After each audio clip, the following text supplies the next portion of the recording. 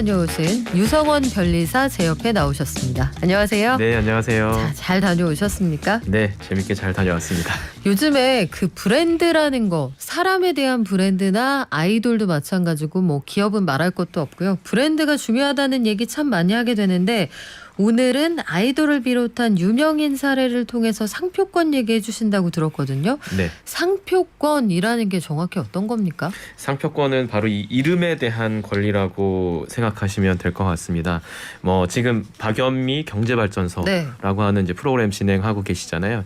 이게 하나의 이제 이 프로그램의 브랜드가 되는 거고 또 많은 제품들이 다 그 이름을 가지고 있습니다. 그 이름을 독점적으로 사용해서 어떤 경제적인 이득을 취할 수 있는 여러 가지 권리 또 그 어떤 그 사람이라든가 그 기업의 어떤 아이덴티티를 지킬 수 있는 권리 이렇게 생각하시면 될 것 같습니다. 그러면 유일무이하게 그 사람들만 쓸 수 있는 이름 이렇게 이해하면 될까요? 네, 이름에 대한 독점 배탁권 예, 그렇게 정리하면 좋을 것 같습니다. 그러면 어떤 경우에 상표권 특허를 취득하고 싶다 이렇게 신청을 할 수 있는지 궁금한데요. 보통 뭐 새로운 브랜드를 개발하시거나 또는 아니면 새로운 어떤 프로그램이 기획되거나 지금 이제 이슈가 되고 있는 아이돌 새로운 그룹이 이제 나타났을 때 그걸 가지고 이제 활동을 해야 되잖아요. 그 브랜드를.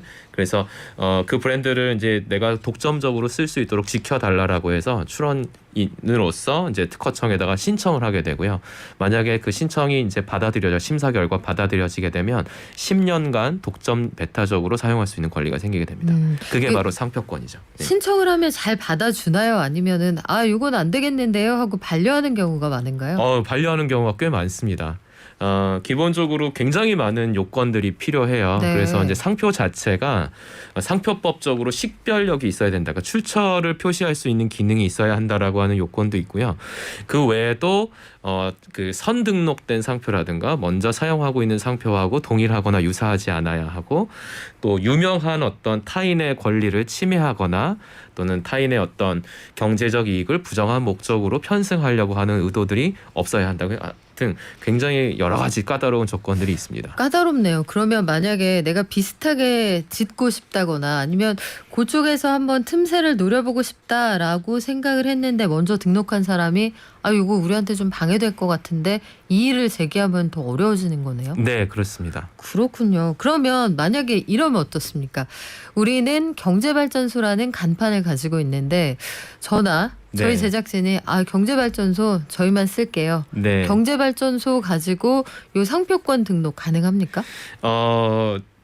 아마 출원은 하실 수 있는데 네. 거절될 가능성이 높아 보입니다. 왜요? 이제 경제발전소라고 하는 프로그램 자체가 이미 TBS의 유명한 상당히 유명하고 저명한 프로그램이 됐고 그래서 특정한 개인이나 일부 단체가 이제 TBS가 아닌 다른 어떤 주체가 권리를 갖게 된다면 아마 이제 소비자들 특히 청취자들의 오인 혼동 가능성이 있어서 헷갈릴 수 있다. 네, 그렇습니다. 그렇군요. 우리가 상표권 관련 문제 얘기할 때 아이돌 이 대표적인 예로 드는 게 H.O.T 사례가 아닐까 싶은데 네. H.O.T가 2019년에 무려 17년 만에 재결합하면서 콘서트를 열었거든요. 네. 콘서트 제목부터 홍보 문구, 굿즈 분명히 H.O.T인데 네. 홍길동인가? 아버지라 부르지 못하고 왜 H.O.T라고 못 쓰지? 이거 궁금했거든요. 왜 네. 그렇습니까? 이게 이제 굉장히 오래 그 H.O.T가 처음에 시작하는 당시로 이제 거슬러 올라가는데요. 그 SM 엔터테인먼트의 초기 이제 간부셨던 그 김모 씨가 있으십니다. 근데 그분이 이제 이 그 SM 엔터테인먼트가 이제 뭐 지금은 우리나라 최고의 뭐 기획사가 됐지만 상당히 좀 뭐 이제 어수선한 당시가 있었는데 그때 H.O.T라고 하는 이름을 본인 개인의 명의로 상표 등록을 받아요. 네, 그게 가능한가요? 그때 당시에는 이제 그런 어수선한 틈을 타서 이제 그렇게 됐었죠. 그래서 H.O.T가 이제 새로 재결합을 해서 콘서트를 하려고 하니까 그 이름 내 상표권이고 내 독점권이니까 쓰지 마. 이렇게 이제 법적 분쟁이 발생하게 됐던 거죠. 그렇군요. 근데 이게 우리가 합리적으로 생각을 해보면 요거 약간 좀 어색한데 이렇게 볼 수도 있잖아요. 네. 여기에서 이의를 제기하거나 이분이 가지고 있는 권리를 다시 회수해 올 수는 없나요? 실제로 이 사안 같은 경우는 실제로 그 H.O.T 그의 이제 솔트 엔터테인먼트 에서 이제 무효 심판을 걸어서 실제로 무효를 시키고 승소를 해서 이제 가져온 사례이긴 합니다. 그러니까 이 유명한, 그러니까 저명한 연예인의 성명이나 명칭 또는 뭐 그런 그룹명, 예명 같은 것들은요, 사실 그 사람만의 가지고 있는 어떤 독특한 성명권의 성질을 갖거든요. 그래서 그 연예인의 동의가 없으면 사실은 타인이 다른 주체가 등록을 받을 수 없게 되어 있습니다. 그래서 그때 당시에 이제 그 김모 씨가 상표 등록을 하긴 했지만 특허청이나 이런 그때 당시에는 이 유명 연예인의 상표권 문제가 그렇게 막 사회적으로 이슈가 되지 네. 않았던 때여서 이제 다시 이제 그 법적인 분쟁이 들어갔을 그 무효 심판이 들어갔을 때 이제 H.O.T의 손을 이제 들어주게 된 거죠. 근데 생각해 보니까 H.O.T만 그런 게 아니에요. 그룹명을 아예 못 쓰는 사례도 있는데 하이라이트라는 그룹이 있거든요. 제가 진짜 좋아하는 그룹이에요. 비스트 때부터 좋아했는데 네. 분명히 멤버는 다 비스트 멤버라고요. 네. 근데 이름은 하이라이트로 바꿔서 데이드림 같은 명곡을 내고 있습니다만 왜 이름을 못 씁니까? 이제 이 연예인들 특히 아이돌 그룹명의 이름 명칭이 단순히 어떤 연예인의 활동명뿐만 아니라 상당한 경제적 가치를 갖습니다. 그러니까 뭐 다양한 굿즈라든가 상품들, 뭐 텀블러, 의류 뭐 이런 걸로 굉장히 이제 활용이 될 수가 있거든요. 브랜드 가치가 높기 때문에. 그래서 기획사들이 요즘은 보통 아이돌 그룹을 기획해서 이름을 지을 때부터 상표 등록을 해서 기획사가 소유를 하게 돼요. 그러다 보니까 이제 그 소속 연예인들이 어떤 전속 계약 기간이 끝나고 다시 다른 소속사로 옮겨서 활동을 하려고 할 때 이제 전 기획사가 그 그룹명 쓰지 마라고 하는 이제 법적인 어떤 주장을 하게 되는 거죠. 이게 상당한 부담이 되게 될 수밖에 없습니다. 아, 그래서 캐리와 장난감 친구들의 캐리도 이름 바뀌었군요. 네. 지니로. 네. 2NE1도 그래서 미국 코첼라 무대에 쓸 때 이 그룹명을 사용하지 못했다라고 하는데 만약에 재결합을 하거나 요즘에 소위 레트로라고 해서 과거에 그 그룹들이 다시 뭉쳐서 활동할 때가 많거든요. 근데 소속사는 제각각이거나 이런 경우가 많은데 그럼 그럴 때는 어떻게 해요? 보통은 이제 전 소속사를 찾아가서 이제 합의를 하는 경우들이 많이 있습니다.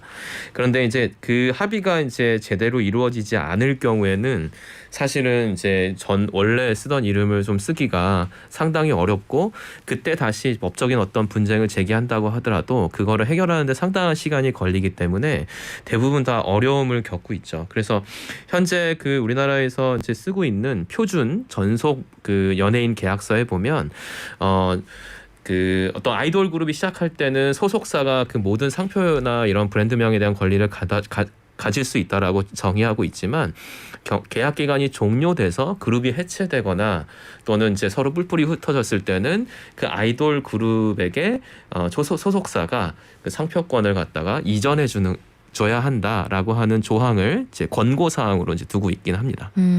최근에 또 생각나는 그룹이 있네요. 여자친구 일부 멤버는 하이브로 옮겨갔고 또 나머지는 이제 소속사가 각각 좀 달라지기는 했는데 걸그룹 여자친구의 전 소속사가 Gfriend라는 명칭에 대한 상표권 출원 등록을 신청을 했어요. 네. 근데 특허청이 안 받아줬습니다. 네. 이건 왜 그렇습니까? 예, 우선 첫 번째로 아까 말씀드린 그 상표법 34조 1항 6호 저명한 타인의 예명이나 아호 또는 어떤 그룹명 같은 것들은 그 본인들의 동의가 있어야만, 그러니까 결국 아이돌 멤버 각각의 동의가 있어야만 등록을 해줄 수 있다라고 하는 것이 이제 첫 번째 거절 사유였고요.